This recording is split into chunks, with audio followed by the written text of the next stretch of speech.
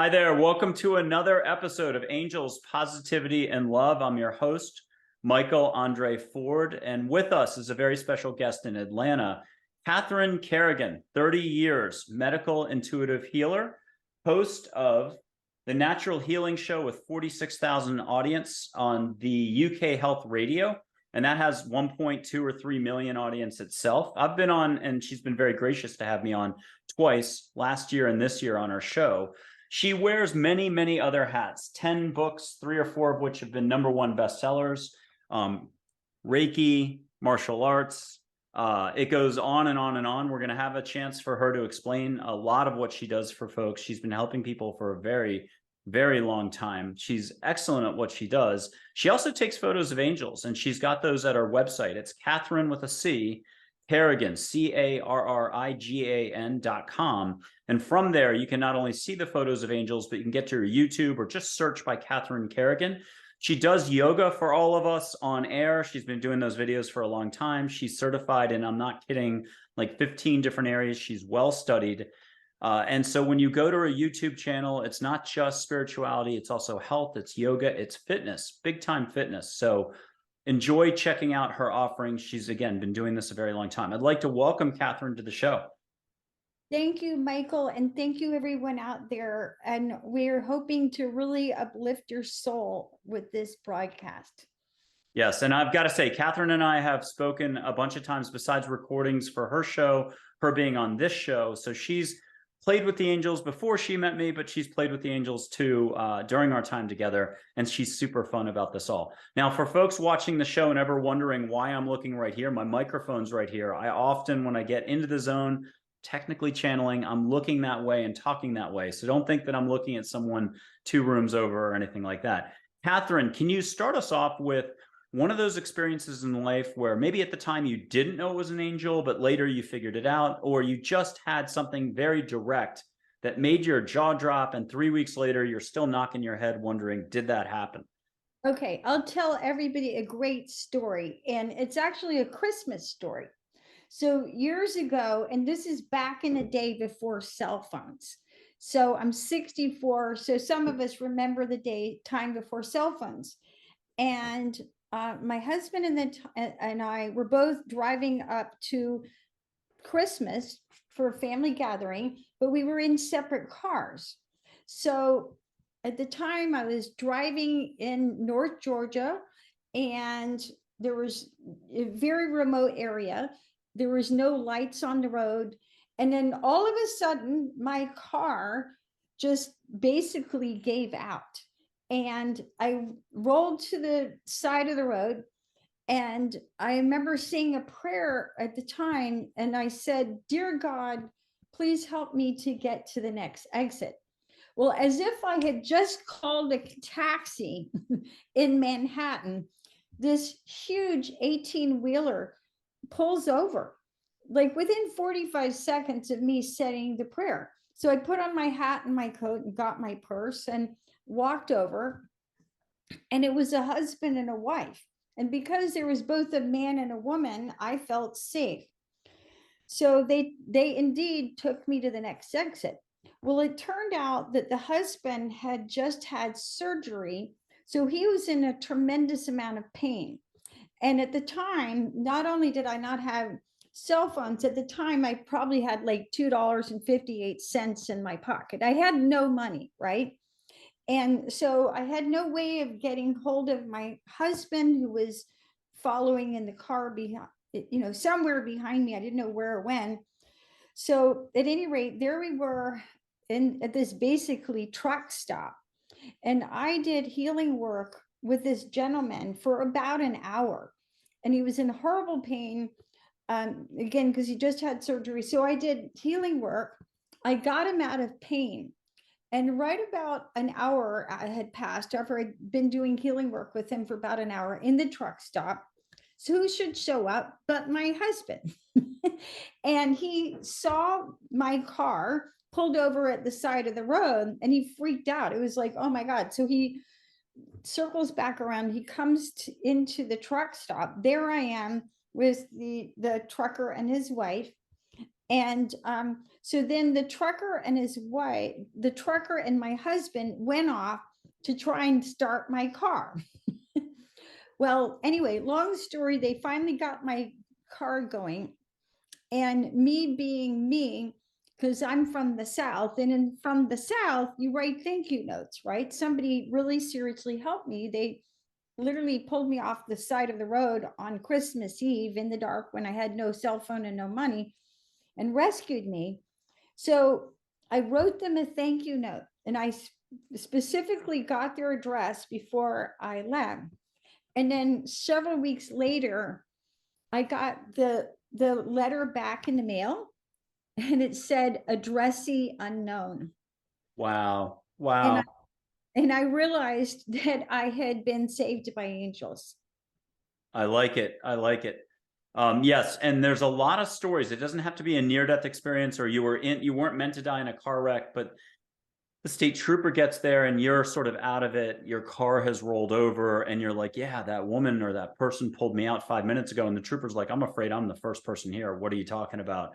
And we hear a lot of those stories, but it doesn't have to be that way. So for the audience, I'd remind folks that doesn't matter where you fall on the judging aspect of things, it's what you can allow for. So put it out there that you'd love to have one of your cheerleaders, invisible angels, maybe a guide, show up and just hold the door open of a shop, sparkly eyes.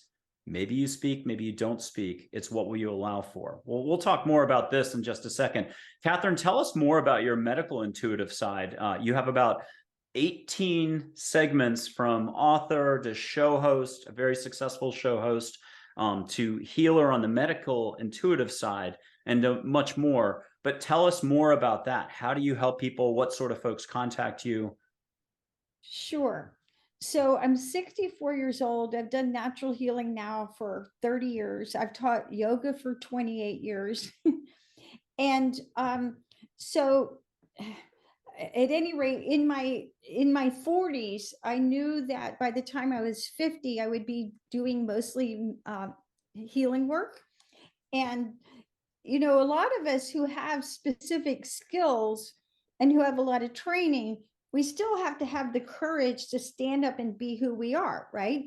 And I remember in my late 40s, somebody saying to me, Catherine, you're very good at many things, but your skill as a medical intuitive cannot be taught or learned. And so I do medical intuitive readings with people all over the world. I do not have to see you or put my hands on you to know what is wrong or what will work to make you better. I know that I've had multiple past lives doing this kind of work. And in one past life, I was some sort of spiritual man in India, and I would look straight into somebody's left eye, and then I would know what was wrong, and then I would tell the scribes next to me what kind of herbs they needed, and then I would say prayers over them. In another past life, I was an herbalist, and I helped the members of the royal family. So I was taken into the royal household to help them with herbs. And in another past life, I was a Native American woman, and I was the seer for the tribe. So I would receive visions for the entire tribe about where we needed to go. So I know for a fact that I've had multiple past lives as this. But when I do medical intuitive readings, what I do is I read what's happening on your physical, energetic, emotional, mental, and spiritual levels. So it's what I refer to as the 5 levels of healing. So whenever you have dis-ease or illness, you may experience it in your body, but all illness is happening on all 5 levels. And the mistake that many people make when they get sick is only by working on one level. So you may go to the psychologist and talk, which is very helpful. You may go to the doctor and take medication, which is very helpful. Or you may go to the acupuncturist and get acupuncture, which is helpful. You may go to church or synagogue and pray, and that is helpful. And all these things are helpful. But when you really want to supercharge your healing, when you understand what's happening on all 5 levels and work on all the 5 levels of healing, then miraculous healings can occur, and you can move through things at a very, very quick level. So when I do my medical intuitive readings, I read what's happening physically, energetically, emotionally, mentally, and spiritually. And then I make specific recommendations about what I see will help. This could include your environment, your nutrition, natural healing remedies, supportive therapies. So I may tell the person you need craniosacral therapy, or you need this kind of healing work. And then I also address exercise or movement, because movement itself is quite healing. And when I do my medical intuitive readings, part of that, what I do is a soul reading. So I read, where are you on your soul journey? Conscious, awakening, or conscious? Unconscious, awakening, or conscious? What karmas you're here to work through? How your soul receives intuitive information, soul medicine that will work well for you, and then also what soul wounds you're grappling with, because many times we've experienced wounds that go past the level, they're not just mental, emotional, they hurt us to the level of our soul. So that is in a nutshell what I do with my medical intuitive readings. And for over 7 years now, I work with a healing center in Costa Rica. And before they hired me, the owner got readings on himself from 100 different intuitives from all over the world. And he hired me because I'm the most accurate. And before anyone goes to Costa Rica to work with them, and they use plant medicine, the person sends a photograph and fills out a form. And from that information, I spend about an hour, hour and a half, and I write a report. So I'm not even speaking to the person. I'm not in direct communication. I write a report, and then from there, the healers in Costa Rica, we work together as a team, and then they know what to do to help that person get better. That's beautiful. Okay, so tell us a little bit more about that. Pretend it's going to be in person, and let's say the person doesn't know you're around. If you looked at them, could you also do it by aura, or are you tasting the wind, the soul, connecting, not invisibly, but just connecting energetically? Is there a bunch of different ways you could do it depending on the scenario? Yes, and again, I don't need to, sometimes I just have a photograph, right? Like, for example, in Costa Rica, a lot of times people aren't very good at filling out their form. They just go, hi, I'm Michael Andre Ford. Here's my address. Here's my photo. And then I look at it, right? Yeah. But there's 4 primary psychic gifts: claircognizance, clairaudience, clairsentience, and clairvoyance. My primary gift is claircognizance, which is knowing. And just like you see with your eyes and you hear with your ears, there are energy centers that are associated with these primary gifts. Claircognizance receives information from the 11th chakra. So I just know stuff. It's very, very fast.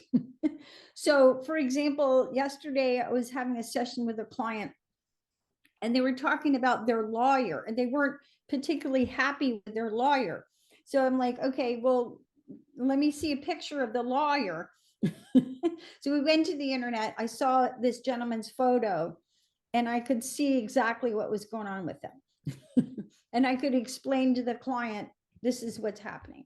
So claircognizance is the same gift that Edgar Casey had. So he just knew stuff. Most people are clairsentient or clairvoyant, and clairsentient is the feeling gift where you feel the energy, right? So you may sense the presence of angels, but not be able to see them.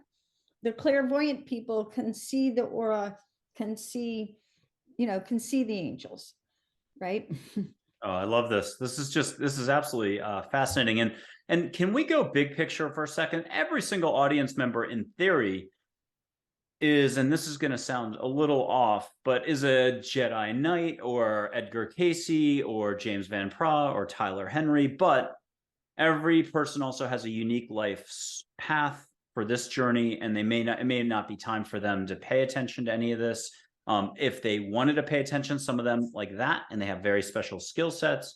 Others are just kind of like, hey, whoa, what are we talking about here? It would be enough for me to maybe get a hug from an angel or something like that. So talk to us about how consciousness is constantly expanding for mankind. Seems to be a real period of time where people can, if they wish, slow down from the rat race, thinking up here or external stuff, to actually appreciate more, allow more, be in their heart, and just savor life a little bit more. Talk to us about the concept of spirituality, the concept of just slowing down, the concept, and we've mentioned it, awakening or just opening up or just allowing more.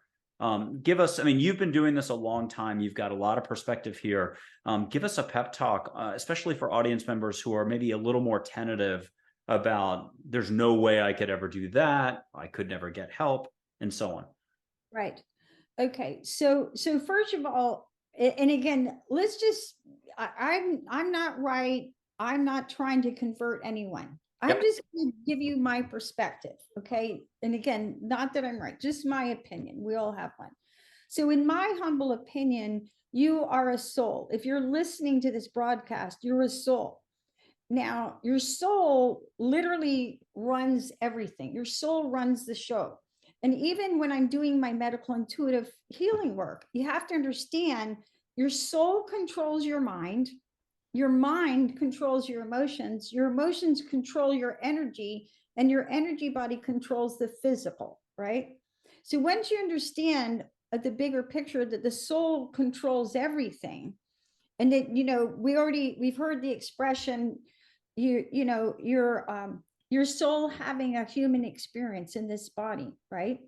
So even when you have illness, it's like, why did the soul create that experience, right? Maybe you're being guided to something else. Maybe you're being redirected. So because you are a soul, your soul is always trying to communicate with you. And we refer to those gifts as the psychic gifts. So again, I agree with you, Michael. I believe that everyone is intuitive. I believe that everyone is receiving soul guidance 24/7. The real question is, are you listening? Do you understand how you receive information? Because each of us receives information in different ways, right? So I'm claircognizant. And I remember years ago, when I began studying healing work, my main mentor in healing, I remember she sent us to this woman named Faye in Canada, because Faye would explain to you about your psychic gifts. Well, I remember I had huge resistance. I did not want to go. I was like, I had just written my first book. I'm like, I really don't want to, find out. But my mentor in healing explained, when you do healing work, it's very important that you understand how you receive information. Otherwise, you just waste a lot of time. So I had a huge resistance to all this. And I I have to tell this funny story, because anyway, so I went to this lady named Faye, and she explained to me that I'm claircognizant, which is we're just knowing, right? So it is the fastest gift. So it has helped me my whole life. For example, I went to Brown University. I was Phi Beta Kappa, made straight A's. I never pulled an all-nighter. I was the person, I could go out dancing the night before and then go make an A+ on the test. Right? And I was always like, why is everybody studying? I mean, I did study. I'm a hard worker, right? So it wasn't that I didn't study, but it was like, can't we have more fun? Why does this have to be so hard? So at any rate, but I have to say, I remember before I met this woman who explained to me about my claircognizance, there were a couple of times where people who were clairvoyant were around me, and they said, we see all these pink beings around you. Okay, which of course you and I know were angels, or right? And I remember just being super irritated. I was like, what do they want? What do they want? It's like, leave me alone. And I remember, the second person who told me this, I really got flustered and angry, and it's just like, just leave me alone already. And it's like, what do they want? And and I got the message, well, they want you to write from your heart. Okay, which eventually I did, because I've now published 10 books, 8 Amazon #1 bestsellers. And if you don't like to read, you can listen to them, because I realize that a lot of people would rather listen. So at any rate, so going back to our audience, so in my humble opinion, you are a soul, and your soul is always trying to communicate with you. Now, some people receive information in the way that I do, where you just know stuff, right? So I can just look at a picture. For example, when I looked at the photograph of the lawyer, I took one look at him and I realized that this person had negative spiritual energy attached to them. Right? And if you really want to understand what's going on with someone, a quick and dirty way is to look straight into the left eye.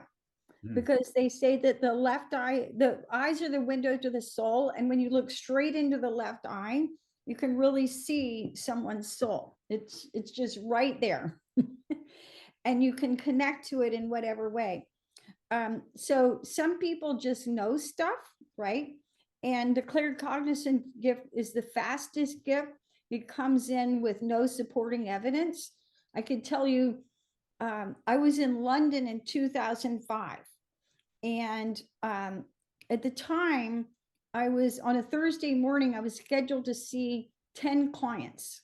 This gentleman had set up for, he had scheduled 10 of his clients to have appointments with me.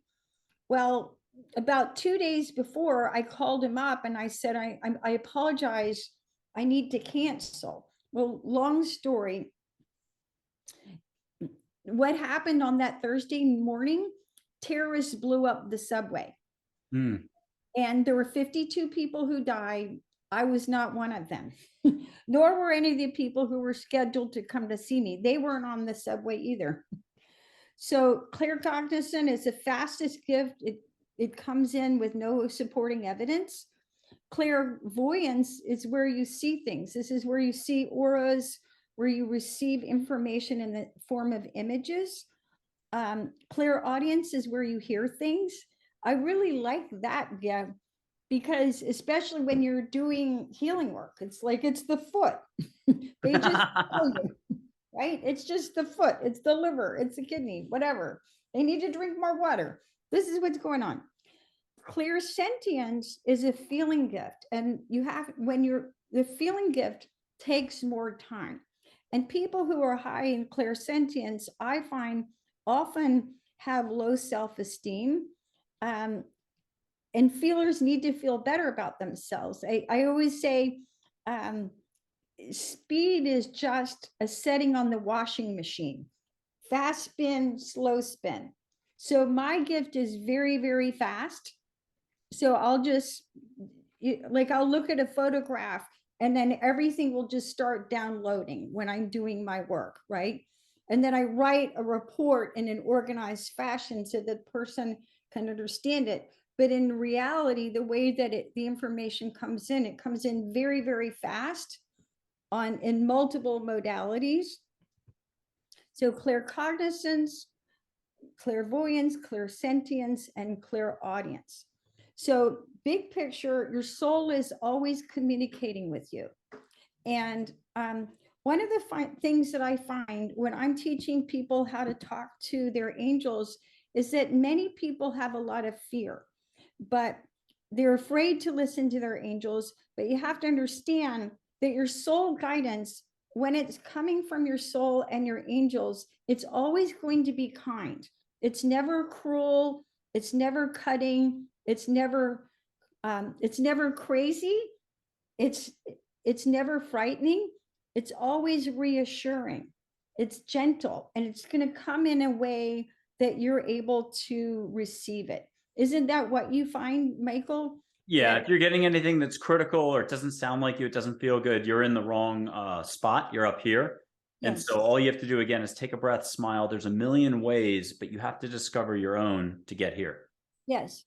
All right. So you were asking me about consciousness expanding. Yes. So what I think is awesome is that with, lots of people criticize social media, but what's great about the internet is that we're more and more connected. and that there's a greater sharing of information. It used to be maybe 50 years ago, you have to go to India and sit on some mountaintop and fast for 30 days to see some guru who would help you understand the meaning of life. And now you can listen to Michael Andre Ford, and he's going to help you get it faster, right? So years and years ago, I had the great privilege. My very first book was endorsed by an enlightened person, Dr. David Hawkins. And is he passed over now? Yes, he has passed over. He wrote Power versus Force and many other books. But Dr. David Hawkins, author of Power versus Force, was an enlightened person, and he endorsed my first book, which is one of the life achievements that I'm most proud of. But I'm going to give everybody sort of a primer on Dr. Hawkins' work, and then we'll talk about consciousness. So Dr. David Hawkins, who was a medical doctor, he spent about 20 years studying human consciousness. And he came up with a scale from 0 to 1,000, right? And the numbers are actually exponential. So when you make a shift in consciousness, it's a huge leap. So first of all, everyone and everything has a level of consciousness. And when I'm explaining it to my clients, I say this is kind of like your GPA in college. Maybe you're okay in English, but you really excelled in economics. You flunked PE, whatever, and then you got an average, right? So your level of consciousness is a composite of attitudes toward everyone and everything. So everything, all life energy that's below 200 is destructive to life. These are your emergency emotions. This is your shame, your fear, your pride, your anger. All those things are destructive to life. Guilt, exactly. Guilt and shame, they're like, loads, they're like huge weights on you, right? Yep. Now, a major turning point is 200. When you go over 200, then you become in what's called integrity. You begin to live your life with integrity. Another major turning point is 310, which is willingness. Now, I need to spend a little bit of time talking about willingness, right? Because when I'm doing my medical intuitive readings and when I'm doing healing work, one of the things that I look at is this person willing to get better? There's in some of my books, I talk about there's 25 different payoffs for staying sick, fat, broke, and miserable, right? So if you're not where you want to be, more than likely there's some payoff that you're receiving. So what I'll do if someone's not willing to get better, what I will do is I will do a healing with them to be willing to get better, right? And this is a very in-depth healing, right? Because there, again, when people have payoffs for staying stuck, you can send them to the best doctors or the best healers, and they'll find ways to mess it up. And they're going to be going on a merry-go-round. In fact, doctor shopping is one of the payoffs, where I'm so special, no one can make me better, right? So 310 is willingness. 400 is reason. Now, we're here in the United States, and in general, the United States lives in reason. We believe in science. We believe in peer-reviewed research. 500 is love. So there's a major, major turning point at 500. Now, most for real healers, most people who are actually effective as healers are in the 500s. So beginning in the 500s, you find your healers, you find your spiritual teachers. Another major turning point is 540, which is unconditional love. Right? And I think Dr. Hawkins said that only 0.4% of the population on the planet achieves unconditional love. 600. Let me ask a quick question there. So we have a natural reaction. So you run into somebody, and then 10 minutes later, 2 days later, you go, you know what? I don't know that they don't have cancer, and I should have a different perspective. And I'm doing an extreme example. Someone was a jerk to you, and I love that example in traffic. They honk at you. they're a jerk, and you realize, part of you can realize, and some people are very good at this, maybe they're having a harder day than I'm having. It's what Plato said, be kind, for everyone you meet is fighting a harder battle than you. And I love that. So does it count still? Are you in the 540 and up level, or is it, because it's delayed, is there a difference between instant unconditional love, or you get there regardless as long as you get there? Okay, I love this question. Okay, because it's, you know, spiritual consciousness, it's not a ladder, it's a progression, right? I swear, I get mad in traffic. People in Atlanta need to learn how to use turn signals. I don't know. Maybe I should give a course on turn signals for Atlanta traffic drivers, right? Boston and Virginia. I used to live on the East Coast, but I'm not commenting on that at all. Yeah, exactly. So yeah, no, it's really, again, it's what, how you spend your time, right? Do you spend your time in high vibration energy, right? Yes. So going back to the 500s, this is the level of consciousness of your healers. This is the level of consciousness of your spiritual teachers. 600 is enlightenment. Okay. And then 1,000 is the level of consciousness of Jesus and Buddha. And then what Dr. Hawkins says is that humankind, you know, we can't hold energy higher than 1,000. When you go to above 1,000, then you're in the vibration level of consciousness of your angels and your archangels, right? So that is why when we work with angels, again, they're such high vibration beings that they can shift energy very, very quickly. And when you understand that all illness is slowed down vibration, right? And the best example of this. Can you say that all over again in a slightly different way? Because that was incredible what you just said about all illness. Yes, absolutely. All illness is slowed down vibration. So I'm going to give you an example. If you've ever had a cold, if you've ever had a bad cold, what do? You sit on the couch. You know, it's an effort to go to the bathroom or make a cup of soup, right? It's slowed down vibration. All healing happens when you lift your vibration. And if you don't get anything out of this broadcast except for that, when you raise your vibration, everything shifts, right? So we're going back to the levels of consciousness. So Jesus is at 1,000. The angels and archangels are above 1,000, right? So that's why, again, when we work with angels, we're working with very, very high frequency beings, right? We're not, as human beings, we're not even totally capable of understanding what it is they do for us, right? So going back to where we are, right? So what is great is that there is an increase of spread of knowledge. People can, if you don't like to read books, you can watch videos like Michael Andre Ford to learn more about spirituality. YouTube. Yes. YouTube. You can go to YouTube and learn a tremendous amount. But again, so looking at the major changes, 200, going into integrity, 310, becoming willing. Like, I'm willing to do whatever it takes to get well. I'm willing to do whatever it takes to be financially successful, right? 400 is reason. I'm thinking logically. 500 is love. And Dr. Hawkins talks about some of our major thinkers, like Freud, for example, was at 499. He didn't quite go over into the level of love. But once you get into the level of love, as we all know, love is a major healer, right?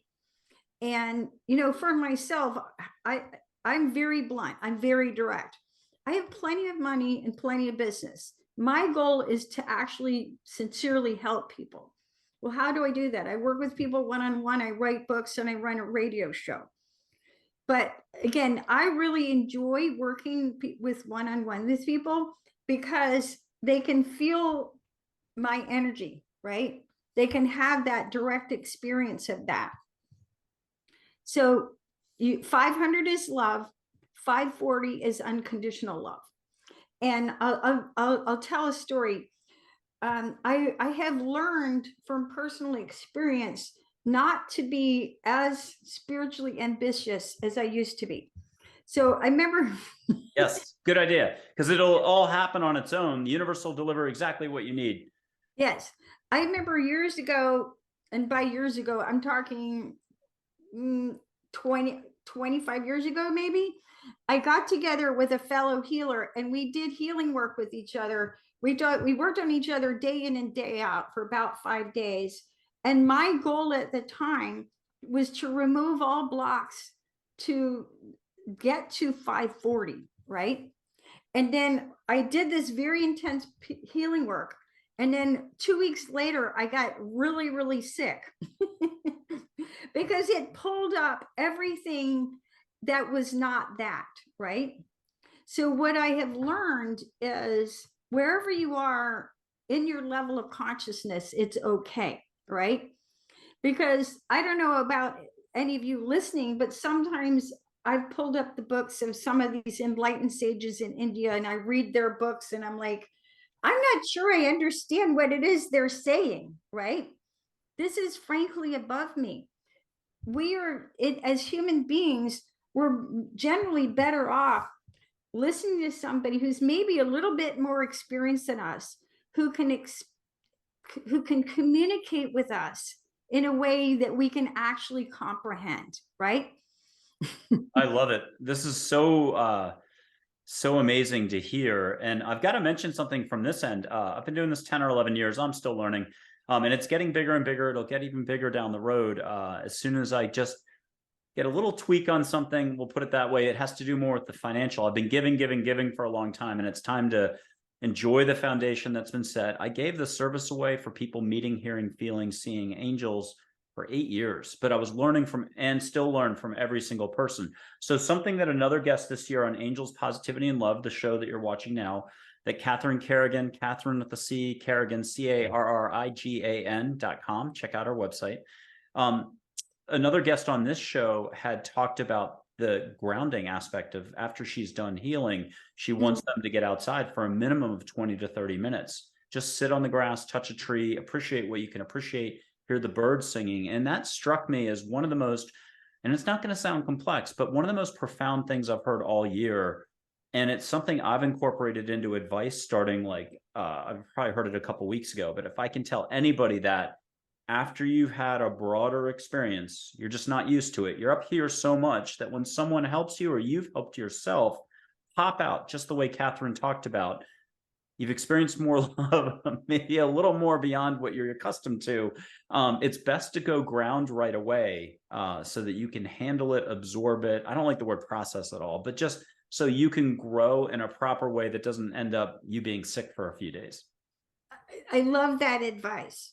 So going back to the experience of the 500s, it is in when you reach the level of the consciousness of the 500s, Dr. Hawkins talks about, then you begin to receive what the term is siddhis, SIDDHIS. And these are spiritual gifts, right? So even though, again, going back to what I said, I believe that you, as your soul, you're always receiving information, you're always receiving guidance.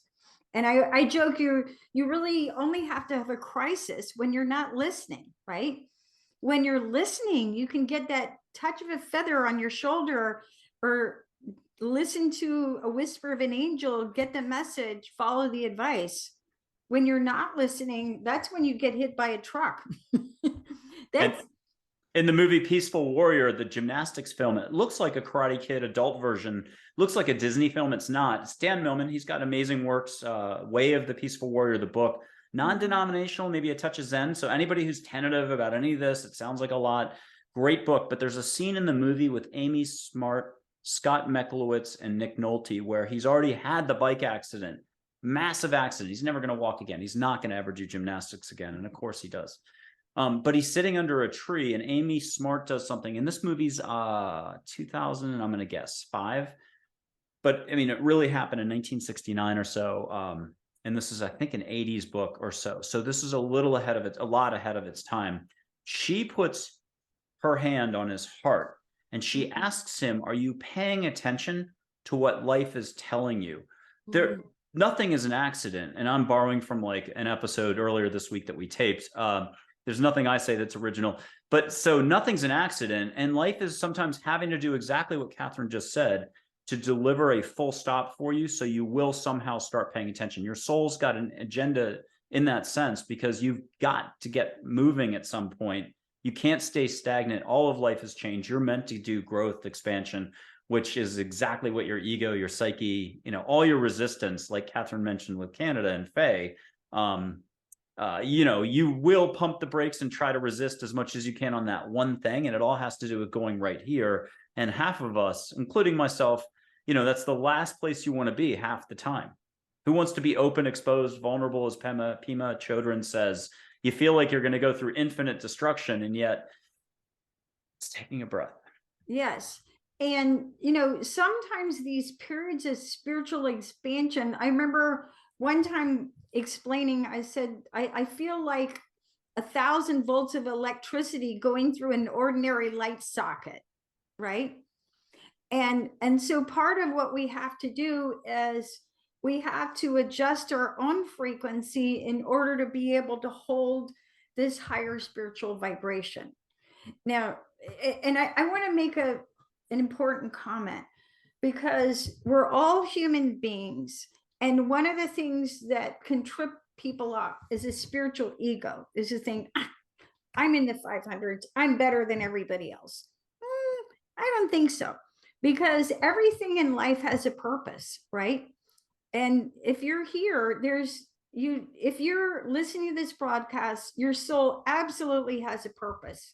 Your purpose is just as beautiful as mine or as Michael's. And as you really honor and recognize and respect and celebrate what you're here to do, everything that you're here to do uplifts the planet, especially when you really honor the soul purpose that you have. So going back to the 500s, it's in the 500s that you begin to receive spiritual gifts, right? And you have to see them as a gift. It's like somebody gave you this beautiful present that you can unwrap and treasure and understand and use for the highest good of all. So how do we go about facilitating our spiritual growth? I'm going to give some suggestions. I think several suggestions when you're wanting to facilitate your spiritual growth. Of course, learn how to listen to your angels, right? So I am the host of the Natural Healing Show for UK Health Radio.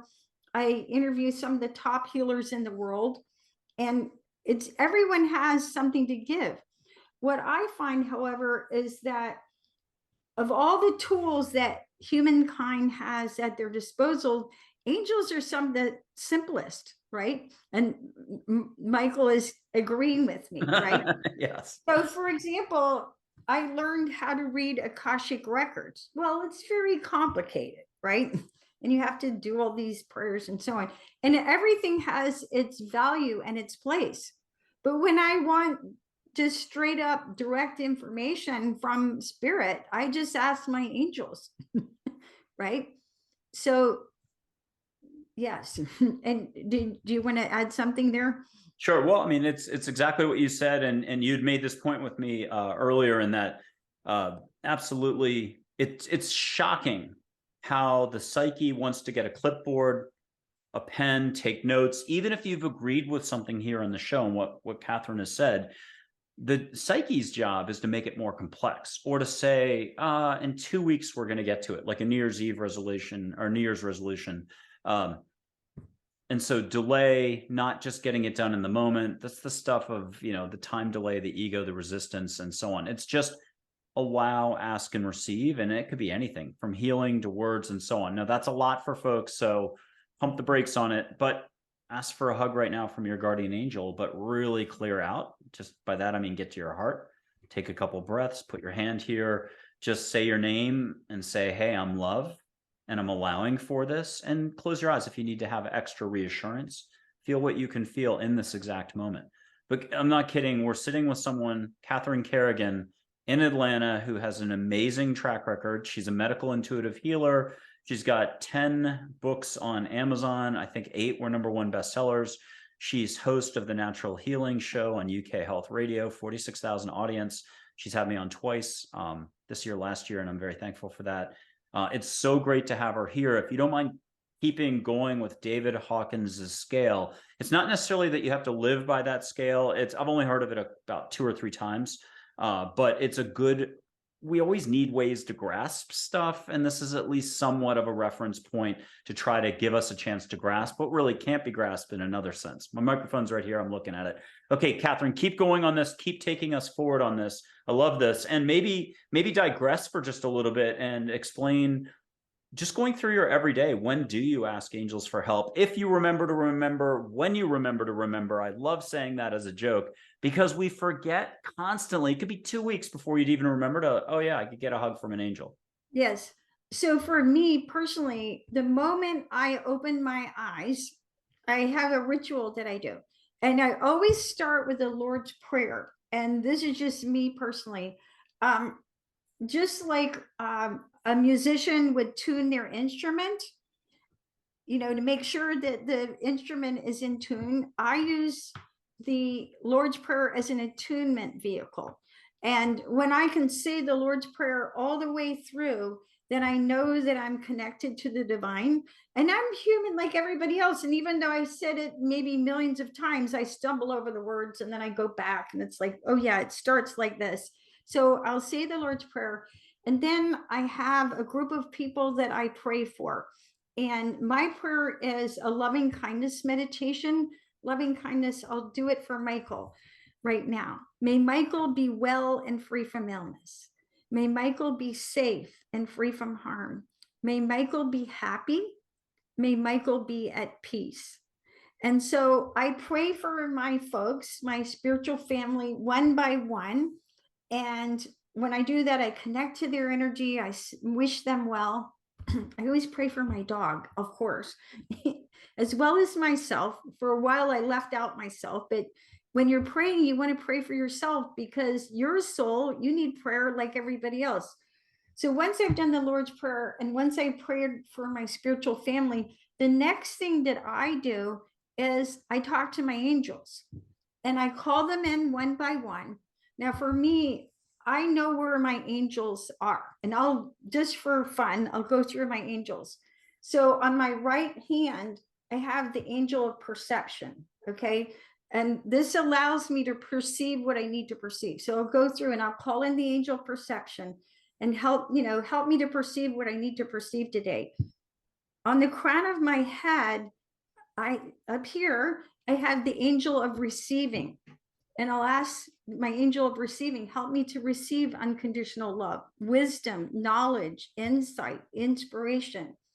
On the back of my head, right here, I have the angel of peeling. And this allows me to just peel away the facades because when I'm doing medical intuitive readings, human beings, we have a lot of facades. We all want to look good.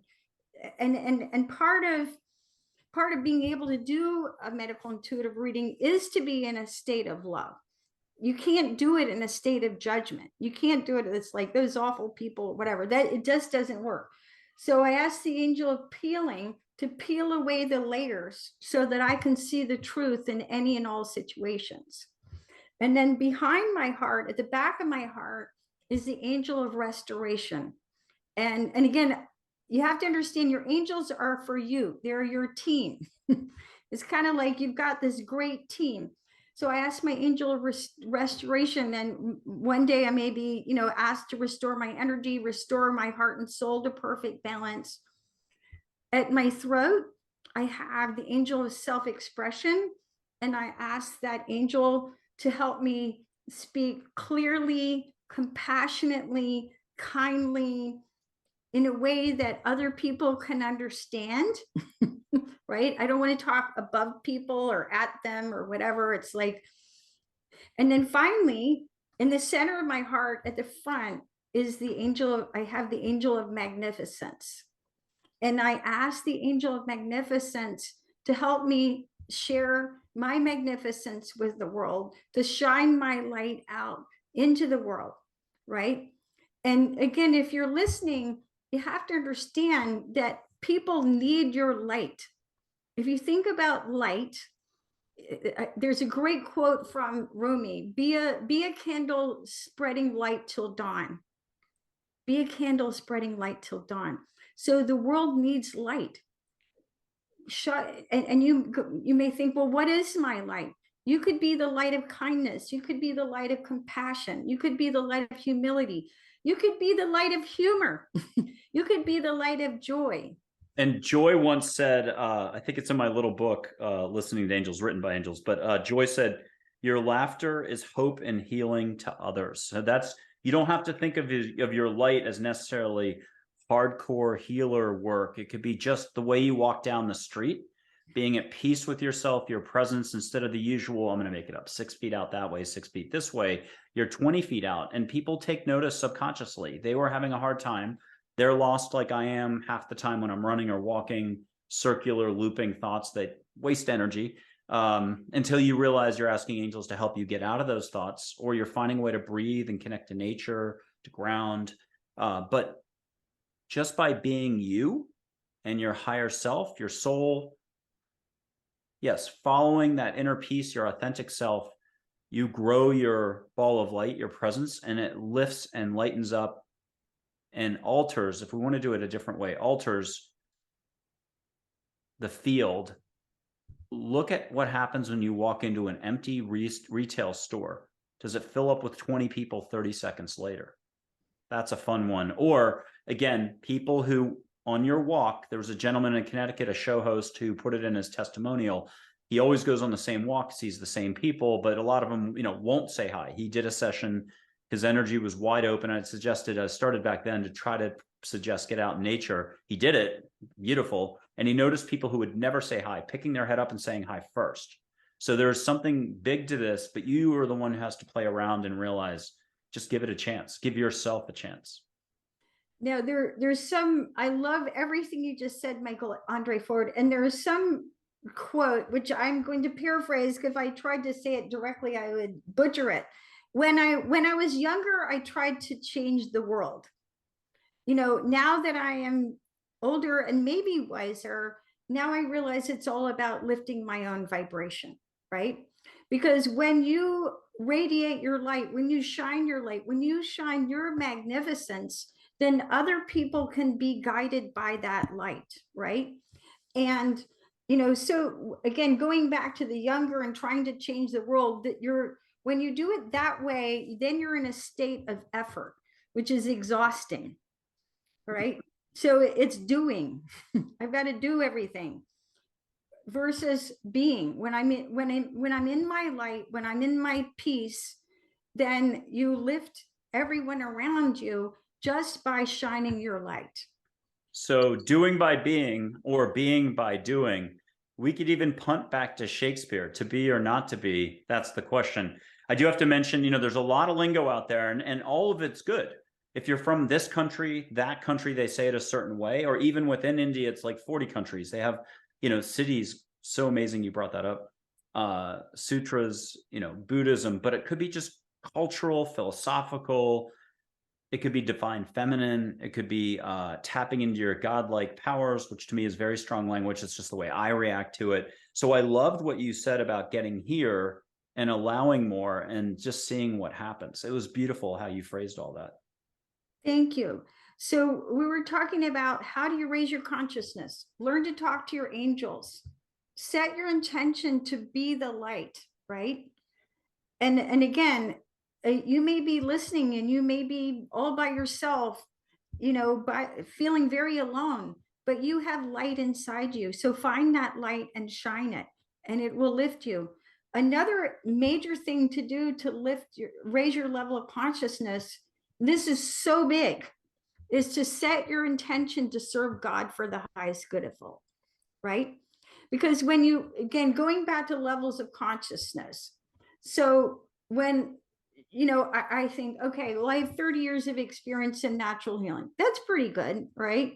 There's always someone who knows more, right? Which is fine. My will in the Lord's Prayer, we say, thy will, not my will, be done.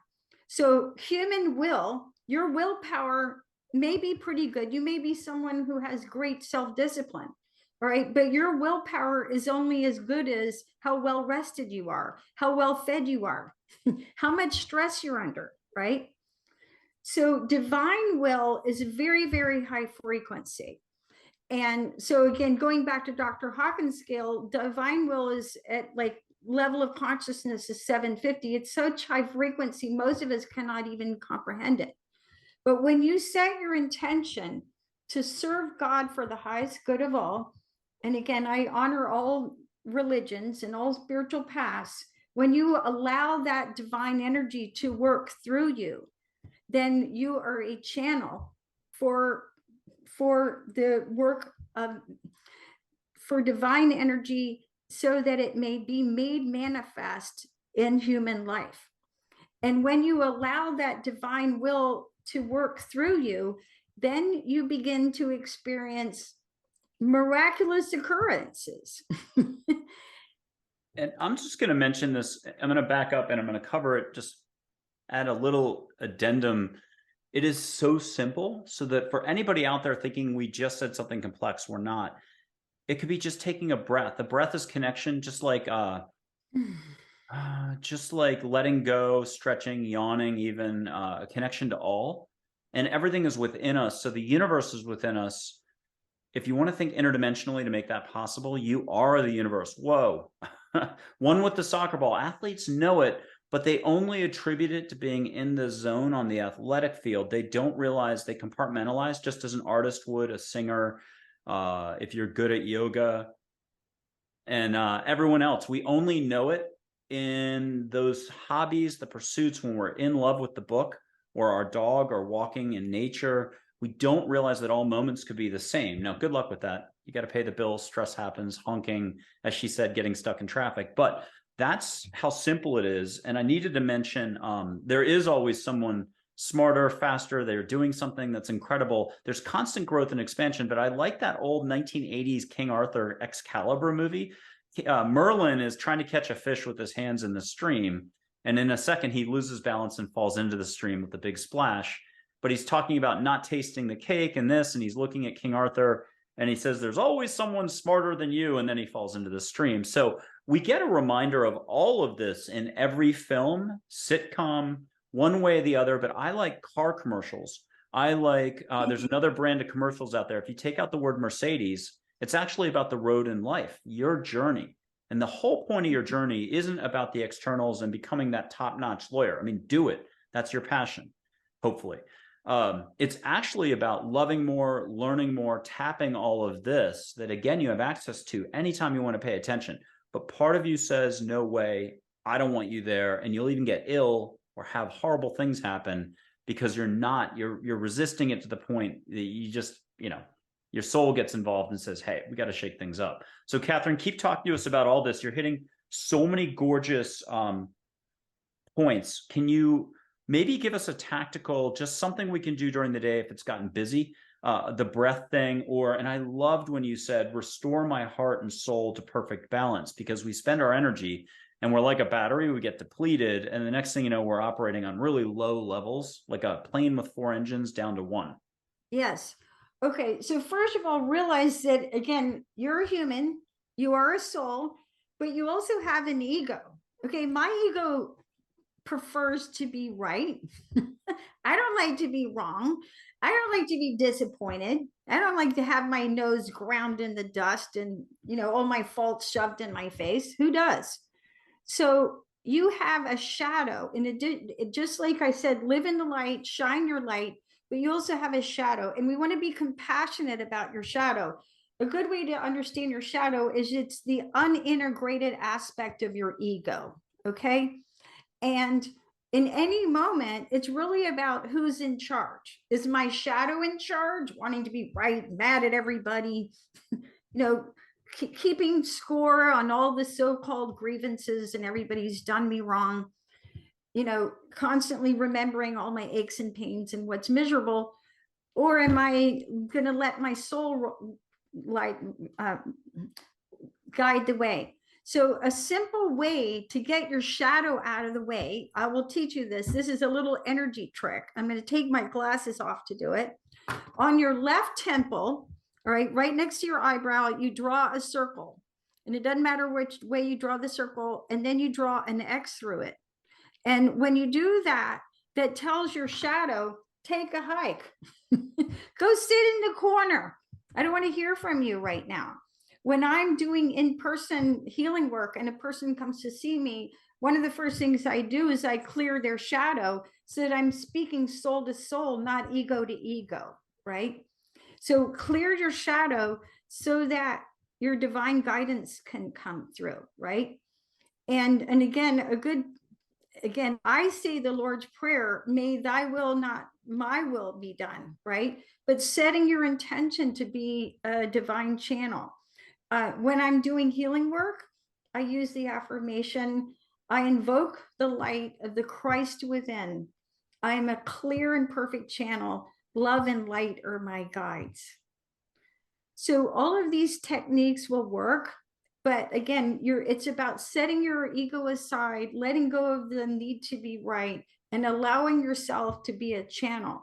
And, you know, I'll say for myself, I have resistance just like everybody else. A story about resistance. Probably 2018, I got the guidance that I needed to write a book about breathing. And I'm like, you know, big eye roll. Are you, are you kidding? Everybody knows you're supposed to breathe. Okay, fine. Anyway, major resistance. And finally, I was just like, okay, I give up. So I finished the book in March 2019, and it's called The Little Book of Breathwork. It includes a breathing exercise, a breathing routine that will cut anxiety in half in 8 minutes. It's called 8 Minutes to Inner Peace. And in addition to that, it has photographs of hand mudras, which shift your energy, and affirmations. Well, when I finished the book in March 2019, it was like, okay, I get it. I understand why I needed to write this book. It's friendly, it's simple, it's easy, it's accessible. What happens a year later? Okay, so after all my resistance, you have to write a book about breathing. A year later, what happens? The pandemic began, March 2020. I gave away that book for free to people in 17 different countries. And it was so wonderful to me to feel like I could do something, anything to help people that I didn't even know, to be able to breathe during a time when there was this horrible disease that affected people's ability to breathe and affected their lungs. So of course I did a lot more than that, but I'm just really thankful that I finally broke down and listened to my guidance, right? So when you're listening to your guidance and they tell you to do something crazy, well, and then what happened last year was Esquire. Not too crazy, like jumping in a Jag that's not yours, driving 120 miles an hour. Good stuff, crazy. You know, go to dinner, go out tonight. Yeah. So then last year, Esquire magazine named that book one of the best wellness books of all time.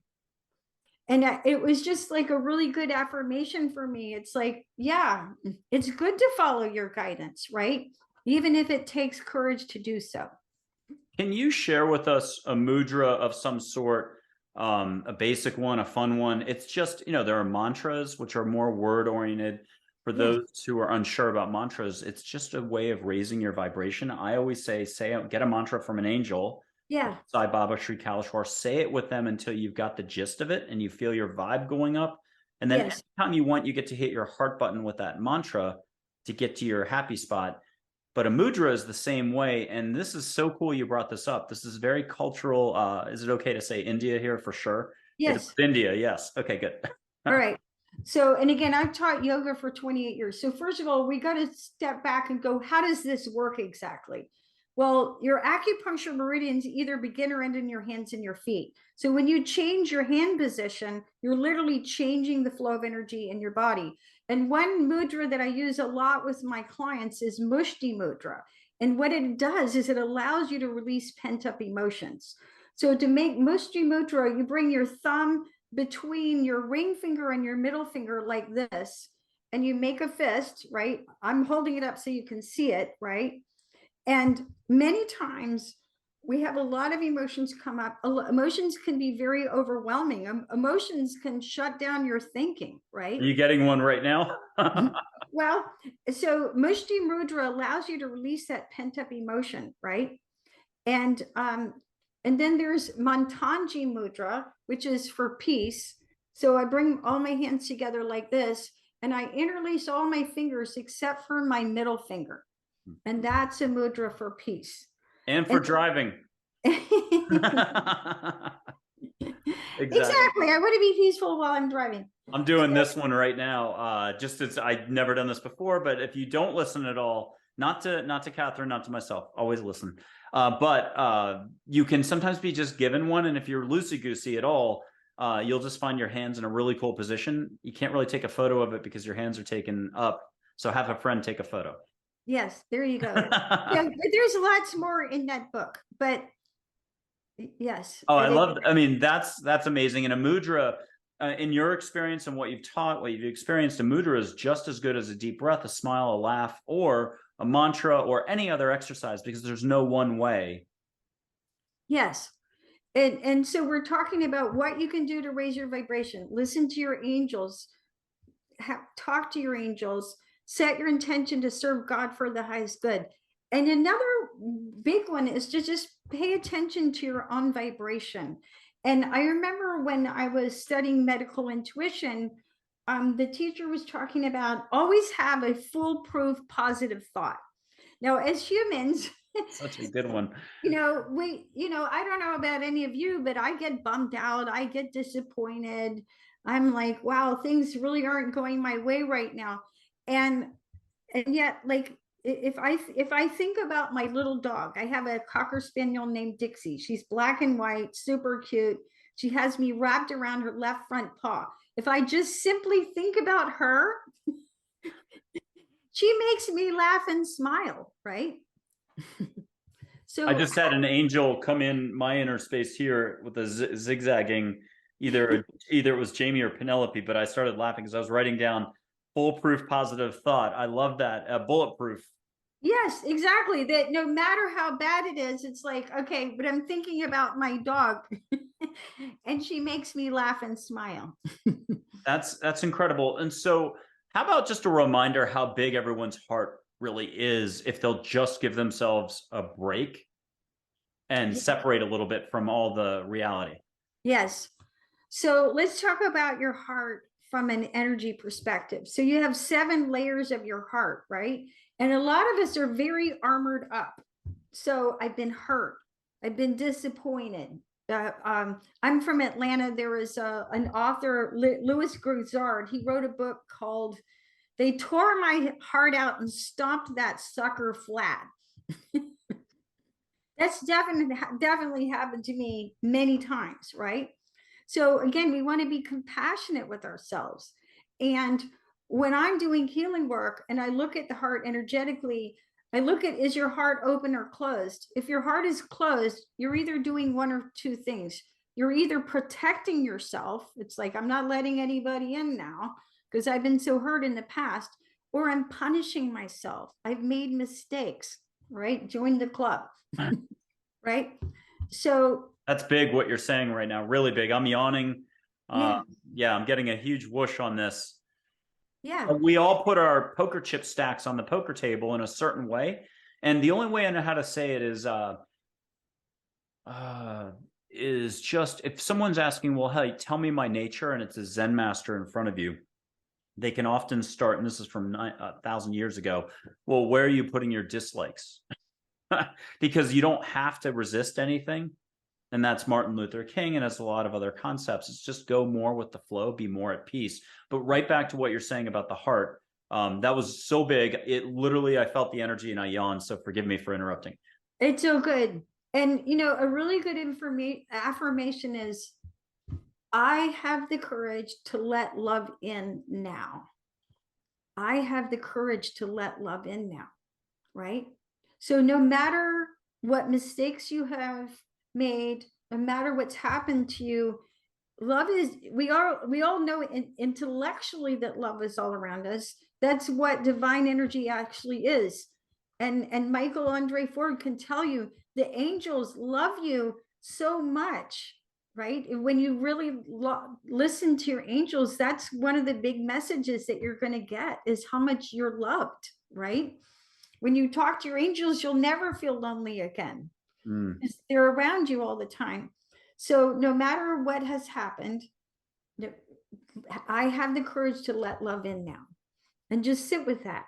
I have the courage to let, if you need a instant add hot water mudra, you just do the okay simple, but keep your fingers out. I'm making this up, but I have the courage to let love in now. I love that. But why I'm doubling right now, mudra and words, is that our ego, our resistance, our psyche, our structure, our version of reality, our preferences, those dislikes I talked about, and they're fine. You're human. Things change, though, all the time. You hate the New York Jets 2 months ago. You moved there. Now they're your favorite team. Don't be shocked. When you do it this way, too, you can only block so much. Ego is not all blocking all the time. It has to let a little bit of light, a little bit of love, a little bit of peace, harmony in. So maybe it blocks half your hand mudra, but it won't block the words, or the other way around, if you're still being a stick in the mud at all. So juggle some balls here. It can't block all the balls or bat them away. You still get to juggle a few balls and get to your heart. Do you mind doing that one more time? Tweak it a little, make it fun in a different way. But I loved that phrase. I have the courage. I have courage to let love in now. We can all use more love. That's the whole point of the journey. And there could be nothing in a way bigger than this. Yeah. And, you know, it may be just say as simple as putting your hands out and receiving. I have the courage to let love in now. And just be present with that. Just be present with the energy that you're feeling. Ooh, nice. Really like it.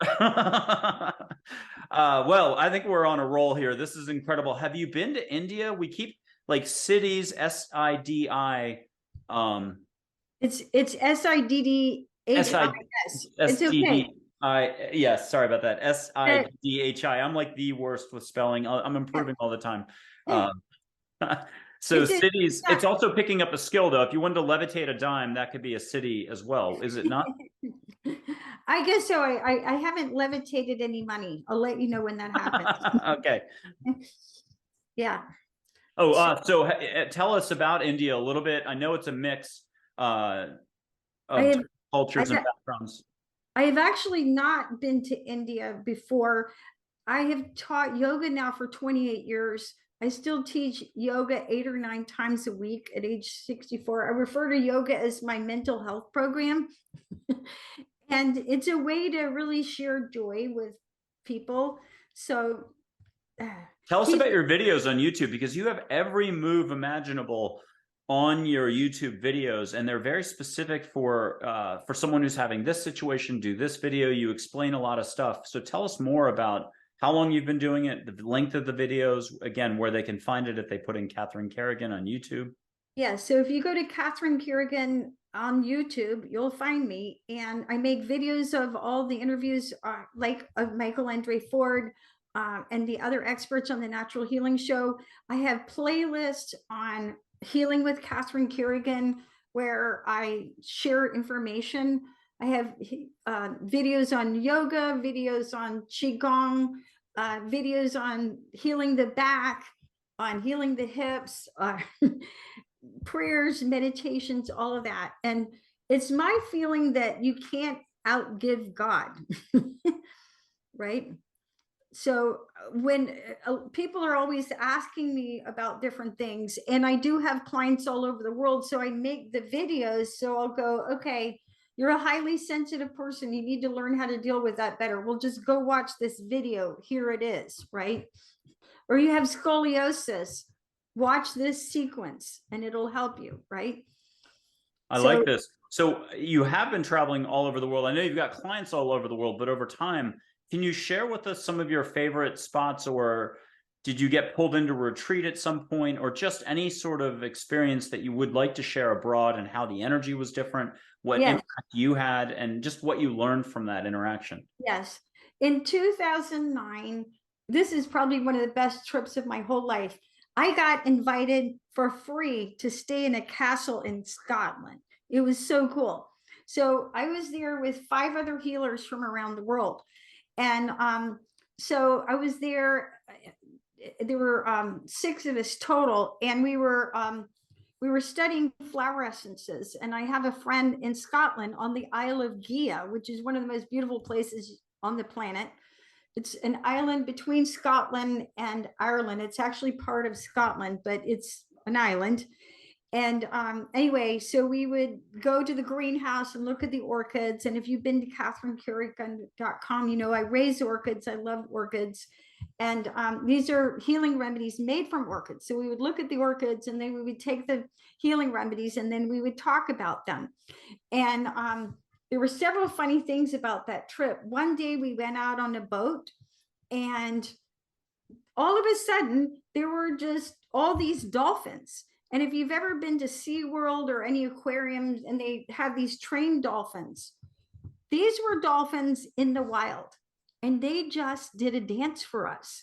It was amazing. It was like I don't know how it all happened, but they came up and they were jumping and dancing and just celebrating life with us. And the funny thing is that when I got back to Atlanta, I was obsessively taking photos of the orchids in my healing room, and I sent the photos to my newfound healer friends because they were all over the world. And this lady from Brazil, she's like, "Nice angel." And I'd been so over focused on the orchids, I was like, "Oh my God, there's an angel in the window." And I put that photograph on the cover of my book, What is Healing? And but I have taken photos of angels all around my home, all around my healing room, and sometimes they just show up. And one time I was at my family farm in South Carolina, and I was in a field of sunflowers, and then there they were. So, and I take these photos with my iPhone.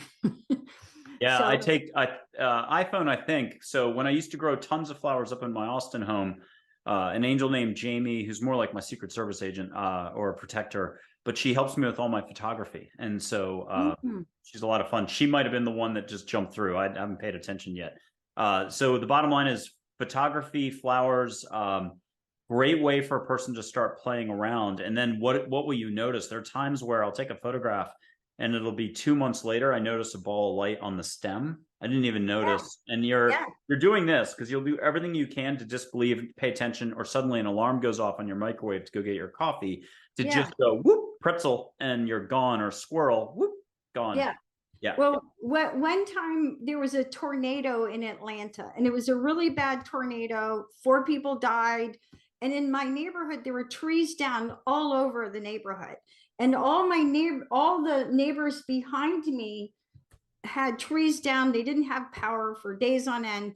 And the funny thing was, the day before the tornado, I had met with one of my gardener, actually, because I had this tree right over my roof, and I was very worried about this tree. And I'm like, what are we going to do about this tree? Well, anyway, this tornado rips through Atlanta, and then I think it was like some day in the week. And then that Saturday, I was out walking my dog. I come back to the house, and I'm just taking pictures of my garden. And then I saw the angels like right there. And they had literally put a vortex of light above my home. And all my neighbors didn't have power, and I had power. And the tree didn't fall in your home either. No, it was a miracle. So play with angels. There's a lot of payoffs to playing with angels. And even if you're not confident in seeing, hearing, feeling, trusting a lot, trust is trust. Letting go is letting go. Love is love. So if you stick to that and trust then that the sky's the limits, the stars are the limits, angels are the limits, there are no limits, whichever way you want to roll and roll those dice, try just trusting more, allowing more, and asking more, and don't worry about the details so much. Do you have a way to just suggest people jump to here, make a request, keep it open-ended, and kind of do a blanket for the day? Yeah. Ask for a word for the day. So many of us, and I do frequently channel my angels, where I'll pull out my journal and I'll write at the top of my page, guardian angels say, and then I'll journal. you know, and sometimes they get a long message, but if you just simply ask for a word for the day, right? Because it can be, again, it can be simple and joyful, right? It could I be, heard harmony when I just closed my eyes and did it. I heard harmony. I heard something else first, but I'm very vacuous, so the first one is out the window, and it was harmony now. yes, yes, and yes. Yeah, exactly. Okay, so people like to use a lot of terms on the, I mean, like a big one that I still haven't wrapped my head around, but I think it's just a pretty basic word: ascension. People use spiritual awakening, growth. Your heart is just ready to explode, is how I'd put it, in a joyful, gentle way. You only have to pay attention this much, what we were just talking about. Get to hear once in a blue moon, twice a week. And so talk to us about the potential for all of us, because we're running around thinking it's career, that business. I got to pay bills. I'll be happy when, or I've got a lack, or my problem is, my situation is, this happened to me. And it's not quite that way. How the workings of our path, our journey in life is, there's just different fundamentals. Maybe you could go back again and talk to us about the fundamentals in life and what the journey is really a little bit more about. Yes. So good question. It's a big one, and I just hit you over the head with the big one. I'm yeah, sorry. no, and I'm right brain, so I teach by telling stories, because stories are a lot easier to understand, right? And I remember one time in my life, everything was going really well, and I remember going down to my healing room, and it had just snowed. I was looking out the window. Picture this: my healing room is full of orchids. It had just snowed. The dawn was breaking. The sun was coming up. So the sun is coming up. The dawn is breaking. There's snow all around. It's completely quiet because nobody's driving. I'm in my healing room that's full of orchids, and I heard, "Your life as you know it is over." And you're not like about to expire either. No, yeah. So sometimes we get these messages that you're being redirected. And one of my 10th book is called Reading the Soul.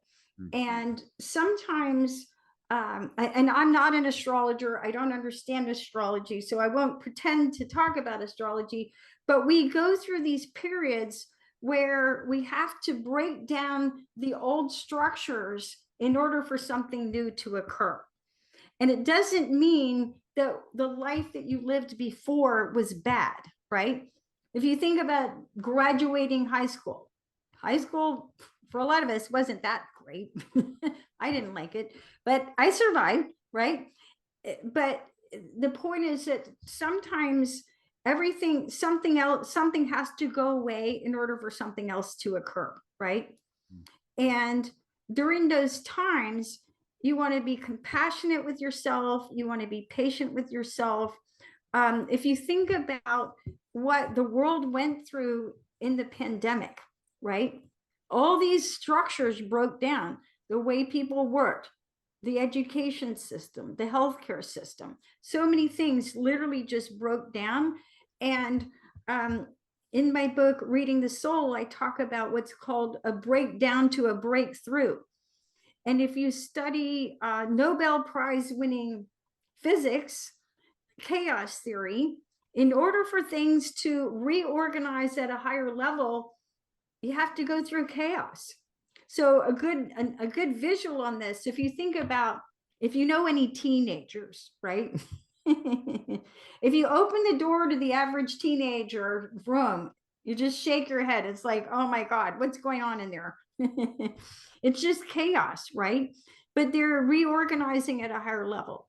So when you look at your life and everything you know seems to be breaking down, your relationship, your job, your finances, your health, well, when it's really breaking down like that, you can go into despair, which is understandable, or you can tell yourself, I'm reorganizing at a higher level. And when you ask yourself, even if you can't see the way yet, right?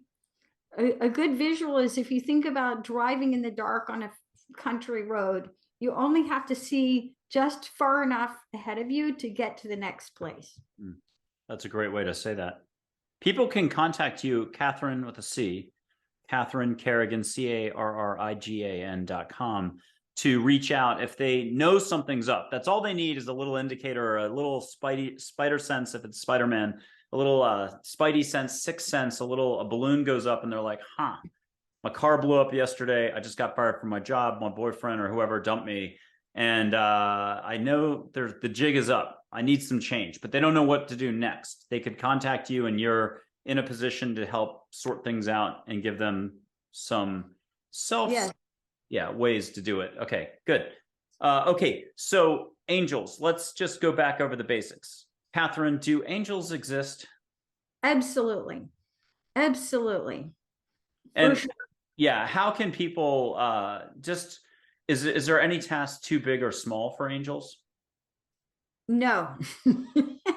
They are so powerful, so magnificent. And again, they live in a vibration that's so, their level of consciousness is so high that humankind, it's not human energy. It's not the same frequency as us.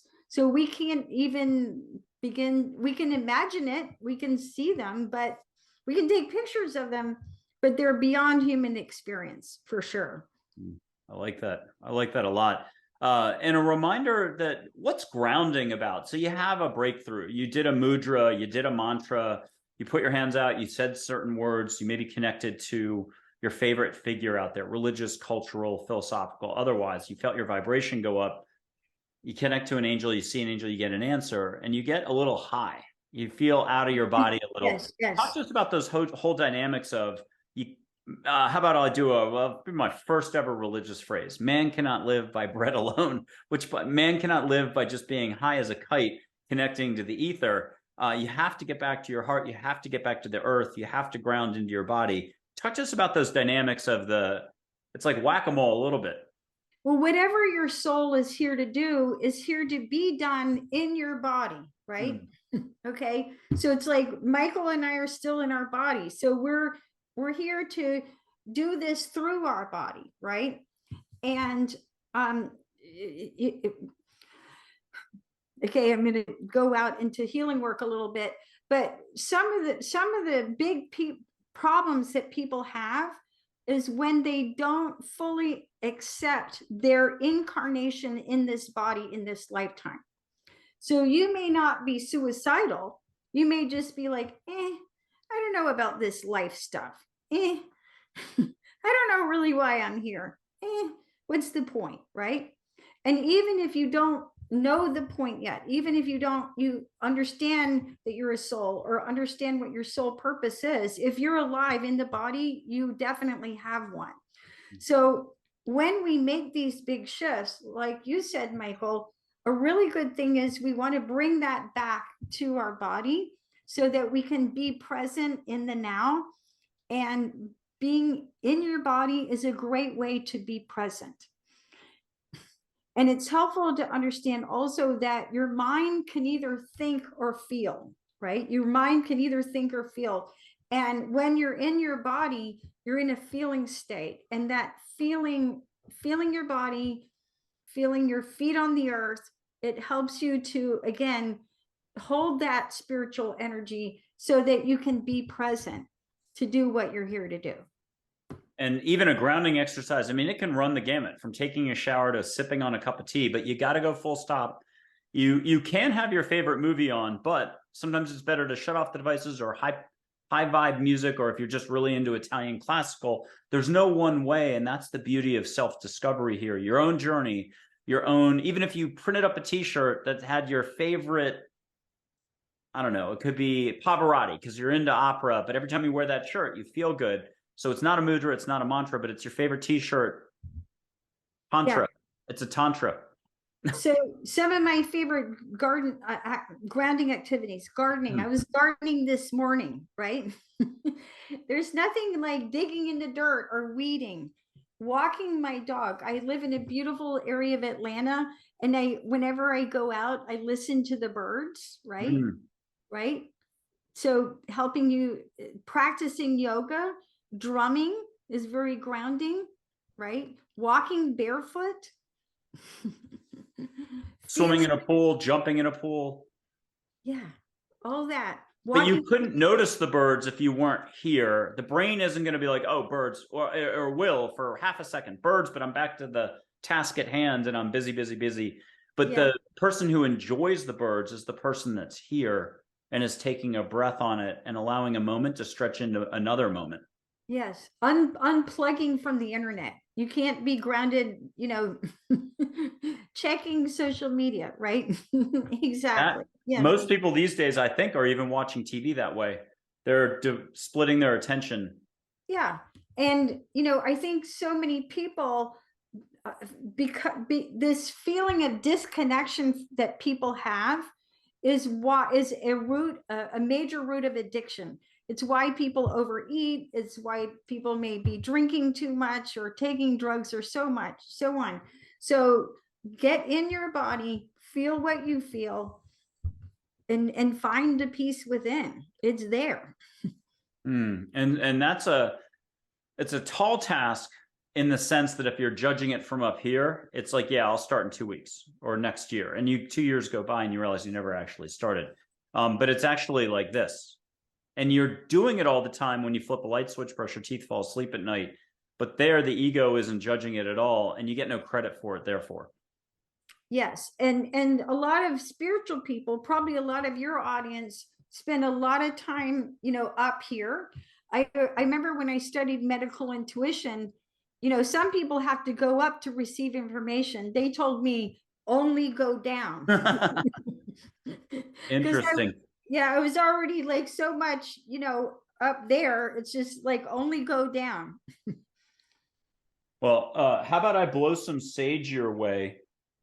And audience members who have watched the show before know all about this. If not, this is just sage you can get at Whole Foods supermarket. I put it in a Crate and Barrel tea light. I've got a red-tailed hawk feather I just used to waft it over. Some people start smelling it fast the second you see the lighter go on. If you want to think of it as just energy, great. If you want to think of it as plant medicine, great. If you want to think of it as angels bringing you the smoke, it's 2025. You're watching this 2023 video with Catherine Carrigan, CatherineCarrigan.com. I'm good, Catherine. I'm following your lead from your show. I'm lighting the sage, and I did this on 20 shows last year. I'd blow it across to multiple hosts. Producers would get it, audience would get it, but there's no time and space. So if you're watching this 2 years in the future, no big deal. Just don't think about it. Who cares? Now that I brought it up, you're going to be like, oh my God, how is that possible? And allow, but ask angels, drop to your heart and be like, angels, make it nice. Get me out of my head, into my heart. Help me smell that scent of sage smoke. And I'm wafting it with the feather. And we're very linear, so we might just smell it, but you can ask for it to do something else. Go around your house, clear it, send it to someone. And that was something I wanted to mention when you mentioned sending prayers to others. Teresa Shantz in episode 5 talked about send that energy to the angel team for that person. They know what to do with it. And I was like, oh my God, I've never heard anybody say that. That was beautiful, very artistic, like a Picasso in the middle of all these healers talking about what they recommend. I thought, how beautiful. What's your reaction to that idea? Not a bad idea at all? Absolutely. When I'm doing hands-on healing, what I observe is I'm with the individual, and if I look in my mind's eye, my angel team is working simultaneously. And I don't tell them what to do. I just watch them. I And love it. What it looks like is usually is they're bringing light energy into the person. So if you think about like what a Xerox machine looks like, it's going across and back. That's what it looks like. Is they're bringing light into the person. Can you tell us? Oh, I'm going to come right back to that because I have a photograph I want to show you that I received yesterday, and we'll get your comment on it. Just tell us what the experience is right now. Are you feeling it, tasting it? Is it on your back? I'm smelling it, and it's all around me. Okay. And again, play this over, go back, give yourself a break. If you have to do what she said about the left temple, making a circle there with your other hand and an X, or just ask angels to come in to give you a 5-minute reprieve from too much thinking. You find a way. It's Burger King, the 1980s commercial. Have it your way. The ego is going to love that, actually. But humor, I love doing humor a lot of my enthusiasm can be misinterpreted. It's just a high vibe to help people get out of the structure, the heaviness of the way they're approaching the task at hand. And then yesterday, and I don't think the person would mind me sharing this on air. I think we shared it on air on another show. So you may have already seen this. I'm learning to operate an iPhone. Here we go. Okay. So this was on stage. I've forgotten the healer's name. Beautiful. And it was like light coming in and filling people up. And I think, can you give us a parallel way you would talk about how we're spending our own energy, but we don't have to do as much of that if we set our intent, sit back a little bit more, be more peace, compassion, happiness. We can still get from point A to B, but talk to us about those dynamics. How do you trust more, worry less, and still get more done? So one of my books is called Unlimited Energy Now, and it addresses how to get out of burnout. And one of the fastest way to burn yourself out is to try and accomplish everything through your ego. Right. And so no matter how smart you are, how well read and how well educated you are, there's a limit to your energy. So when you ask for, the first thing you got to ask, right? When you ask for the divine to work through you, then you can simply be a channel, and it's much less, it takes so much less effort, right? Then you know what you need to know. You are able to share the information that needs to be shared. You know what to do and how to do it. And it's just so much easier. And I've got to share this. In the last year, I feel like what you see out of either a movie or a show or a cultural show, Native American chief, in terms of there's just a sage knowing of the timing of an act. And I'm going to have to give kind of silly examples around the house, but I want to go reorganize my closet, but it's not the right time. I'm going to come in at the wrong from up here and work really hard, stress over it, do this, do that. But if I wait for the timing and I'm going to use the divine word, a divine timing, when I just get this sense of like, hey, it's time, I go in and it feels like it's a choreographed bunch of moves, and I get it done in like half an hour when I would have normally, if I know myself, spent 3 hours and gone through all sorts of thinking. But it's just like it was all planned, and I just whoop and got it done. One more, just before I started the show, episode 1 was Diane Forster, who has these amazing backgrounds. She teaches media training, and she's got the camera in the center of her room, so she has 4 separate sets. So smart. You turn it and you got another set. It's so genius. But she had a feng shui organizer on, and she had organized her shelves. If you look at that very first show, and I thought, wow, mine had so many more books. So I used that timing, and it was angels, and it's the universe, and it's something beyond what I have a description for. But I was in short order grabbing 4 of those giant blue IKEA bags, and I just I'd given myself space to approach it. Maybe a couple nights sleep. Maybe it was university classes at night, having Marie Kondo at night come in during my dreams and help me organize. I don't know what it was, but I just knew which books had to go, which books were staying. And you know your personal experience with those books. And I didn't have any attachments to those. So I had 4 huge bags of IKEA books. And in Texas, we have something called half price books where you can go and sell those and get rid of them. And they'll find a happy home, hopefully. So I just revamped everything pretty quickly. It was around episode 1 or 2 in January of the show. But that's the type of thing I'm talking about. Cleaning the garage. I'm using very physical around the house examples. It could be vacuuming, gardening. It could be mowing the lawn when you put it off for a couple months because now it's this tall. We all do that. We're like, yeah, we really should. But we're talking about actually being so in the artistic flow, the life flow, the force, Yoda, you name it. It's all the same in one sense. Love, the heart, that it becomes less about a task, and you actually might be whistling to your song on your ear pods as you mow the grass. Yes. And to give an example of how I worked with angels, before I wrote my 10th book, Reading the Soul, I was told that Archangel Michael would help me write this book. Now, this was my 10th book, so it's not like I haven't done this before. And anybody who's ever written a book, it's hard. My first book took me 3 years. Well, what did I do? Every morning I prayed to Archangel Michael.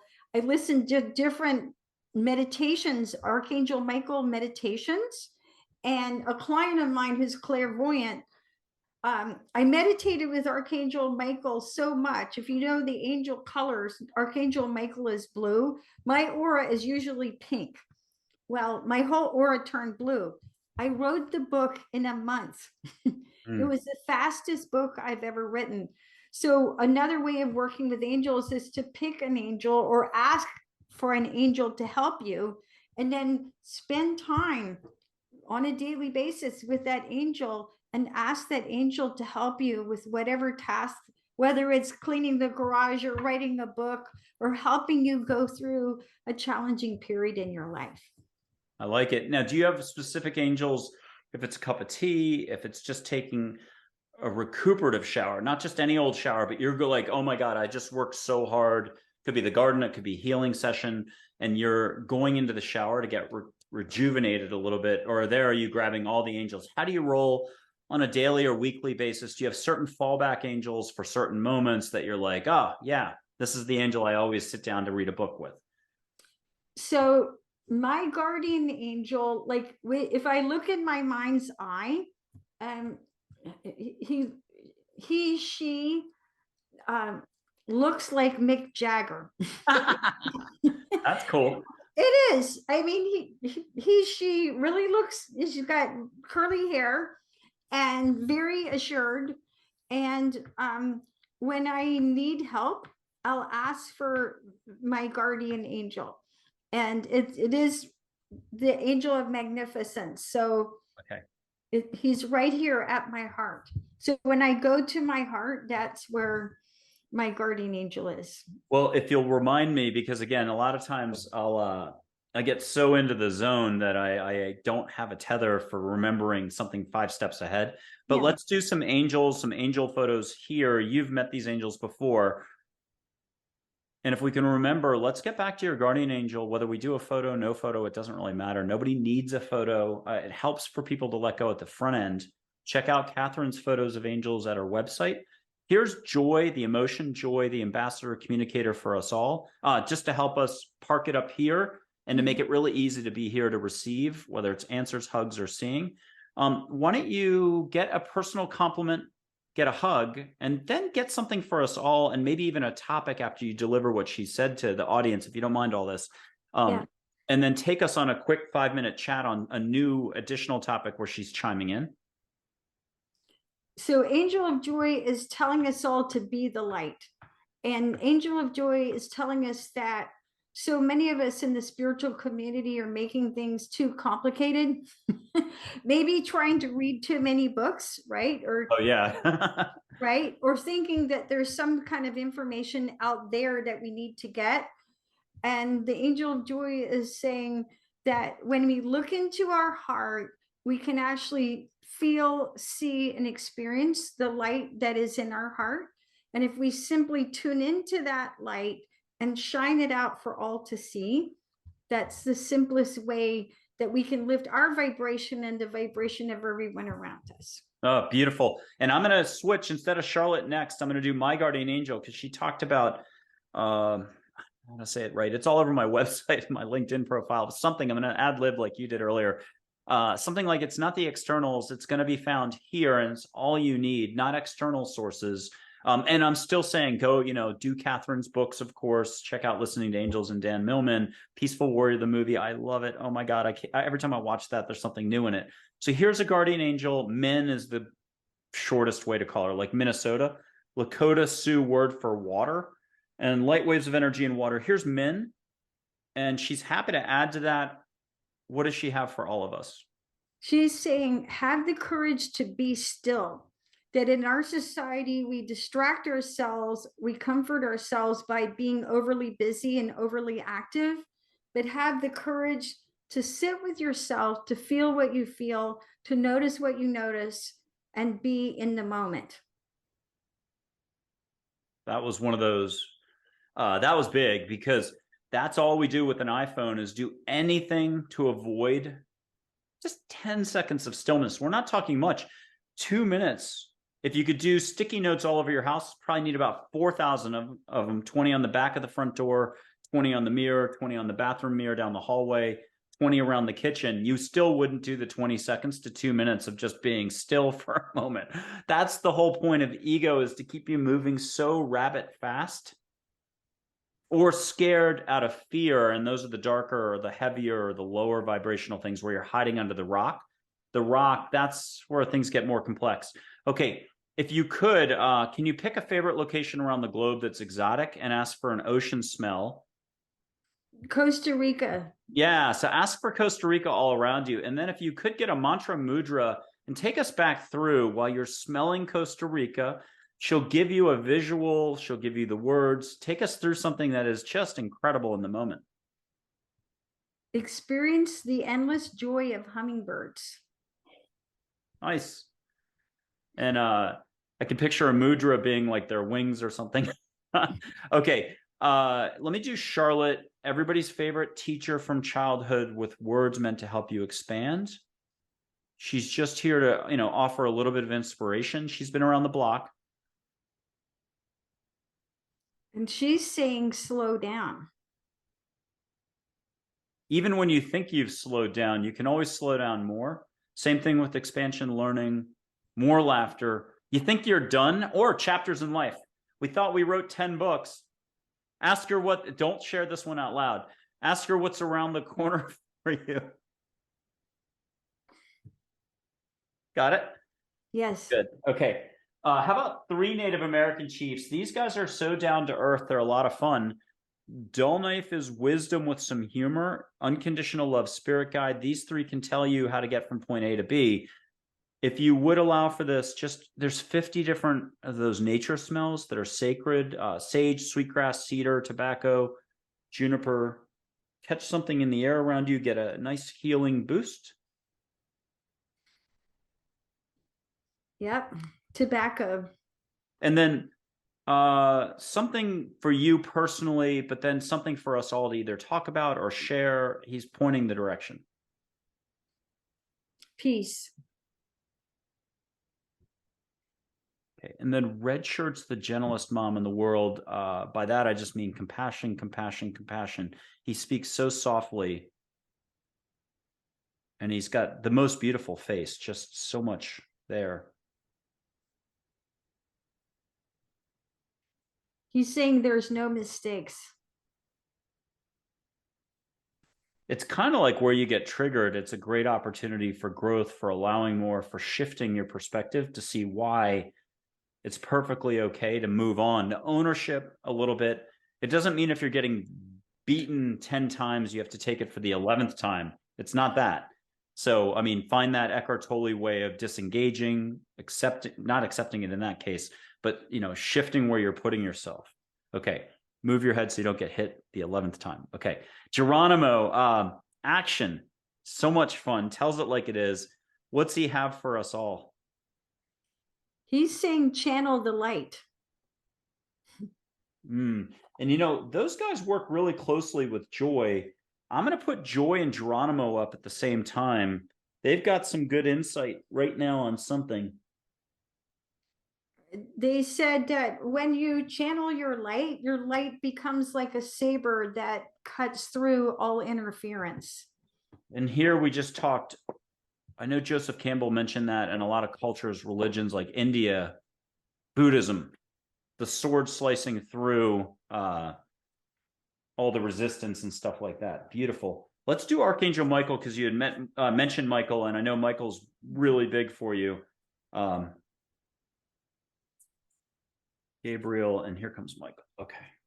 So Michael, and if you would on this one, either turn your hands up or put your hands out. That's the same for the audience. Feel what you can feel. Don't judge. And get something really private and special, like a big compliment, but just give us a thumbs up when you've got it.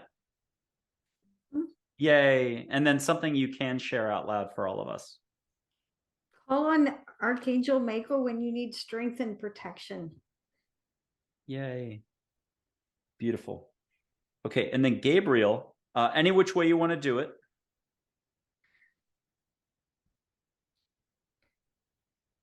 He's seeing channel divine messages by listening. Okay. And then with this photo, there were years that went by and I didn't even notice the purple band on the outside, or there's like an orange one. Can you allow yourself to go one direction or the other and give us extra based on the band of light on the outside? So this energy is literally going into infinity from the beginning of time forward to he is encompassing all time. So this is timeless frequency. It's a timeless, constant, reassuring channel of unconditional love from the beginning of time to the end of time. And this is something I've just been, I have to think about stuff intellectually, but that's almost if anyone knows me, that's kind of funny, actually. I go on these runs, but I'm realizing how time and space is a beautiful gift for us. And even though we think it's about, hey, I'm late for my appointment, or I have too much work, I'm being overworked at work, I'm stressed, this and that, it's the experience of Earth that you can stretch your moments out. You can squeeze more out of a moment in living. And that's the last thing we generally appreciate, because time and space, usually we're thinking burdens, 90-hour work weeks, bigger for some people. So there was something about that you mentioned, because then Joseph Campbell in The Power of Myth with Bill Moyers talks about what eternal is. It's just stepping out of, it's not forever, he said, about eternal or eternity. And I thought that was fascinating. But he talked about how you're stepping out of time and space. And that's actually the moment when you're here. It's the intersection with miracles. It's the intersection with other dimensions. It's the intersection with angels. It's the intersection with so much. Your other timelines, your other this, that. And I know people love to talk about it. I just went out of my pay grade. But talk to us about, before I do 4 archangels up on the screen, talk to us about how important it is to touch base with here again. Because I feel like you've got just a whole new way to approach it. And we've said it at least 7 times in the show. Talk to us about here. Again, this is the center of your own personal light, right? And I teach yoga. If you think about camel pose and just radiating your light everywhere. And before you go anywhere, before you go to a meeting, shine your light and let your light get there before you do, right? And beautiful. Yeah. 4 archangels, Michael, Gabriel, Raphael, and Uriel. There's 3 more off camera. I took years to meet because they had such complex names for me. Off camera is Sadkiel, Shamuel, Jophiel. They're on my website on the photograph page. Spiritual community, and how important that is for all of us. We all need spiritual community. We need spiritual family and spiritual community. We need the companionship of like-minded souls. And do you mind doing something I don't think anyone's ever done? They've got a lot of rainbow light in there, and there's no reason you can't, respectfully and letting all the archangels do their jobs. I'll put the photo up. If you don't mind, I'm going to have to do it in an American way, scooping the rainbow light in your hand. Either feel it, appreciate it, see it, whatever Catherine Carrigan's going to do. But can you go through the exercise of rainbow light, because rainbow light's beautiful, and take it from there, because you're going to have the words, you're going to have the motion, the action, and the doing. I just kicked out the seed. Okay, here is that. And I can't see you, but people can who are watching the show. So we have to understand that the spectrum of light contains all the frequencies.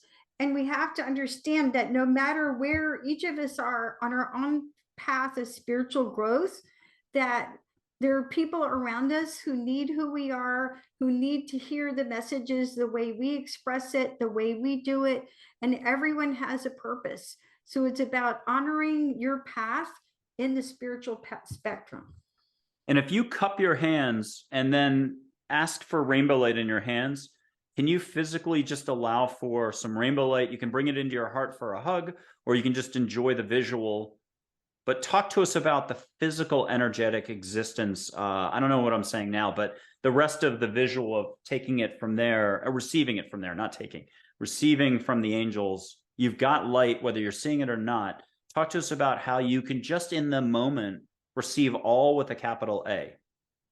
So rainbows energetically and actually are visual manifestations of miracles. And if you think about the beginning of a rainbow and the end of a rainbow, and we hold the beginning and end of a miracle within us, So it's about seeing it, allowing it, and experiencing it and celebrating it in our own life. Do you have a favorite figure that if I put either representation up or in light energy form, I mean, I'll throw out some examples. Mary, Mother Teresa, Jesus, St. Francis. Do you have a favorite? It doesn't have to be a religious figure. It could be Einstein, Gandhi. Well, I have several. I work with power animals. My main power animal is snow leopard. Ooh. And snow leopards are major leapers. And that's kind of how I see myself in my work, is they allow people to leap over issues. And snow leopards they live in Asia. They have long tails. They've got black spots on them, and they're fluffy, and they're very close to the gods. So okay. it'd be snow leopard. So let's do this and give me. And they're also very playful, and their tails help them balance. So they're great at balance. They're great at leaping. And if you ever find yourself stuck, oh, absolutely. So put your hands up for the snow leopard. Feel the energy coming through, spirit guide, and hear the wisdom of snow leopard come to you that you can share for us all. Magnificent courage. Have the courage to be who you are. Have the courage to leap forward in your life. Yay. Okay, and with your permission, this is going to be not actual Mary, but what I've used, and I forgot about this photo for years, just a way that I do Mary, that her eyes will come very alive in this historical photo. So it's a representation, not actual. And I just have to scroll more slowly. There we go. So a static photo can come more alive, more smiling, more sparkle. The brain will say, no way, Jose. I'm not seeing that. The heart leaps and goes, oh my God, I got sparkle from Mary, and gets very excited. So allow for everyone out there what you can allow for, and just out of your own way into your big heart. Here's what I use for Mary. And if you would allow for at least a little bit of rainbow glitter in the air around you. Yeah, and it's the importance of the divine feminine, and that we need to honor the divine feminine in ourselves and in our society. And it's that yin energy, that quiet, soft, gentle, compassionate energy that everyone needs so much in this time. Oh, I love it. Okay, is there anything else you want to talk about for us is there something on the horizon? Because you've been doing what you've been doing now in certain ways, and there's always something new on the horizon. Is it more retreats down the road? Is it another book? Is it something online revamping? Is there what can you not necessarily reveal, but tell us a little bit about? Are you still percolating and playing around with certain things? I'm definitely still percolating. Okay. Well, thank you very much, Catherine Carrigan, for being on the show. It's most appreciated. And thank you, Michael Andre Ford, and thank you, Angels, for being with us. We'll see you again, I hope, on the show. Thank you. Thank you.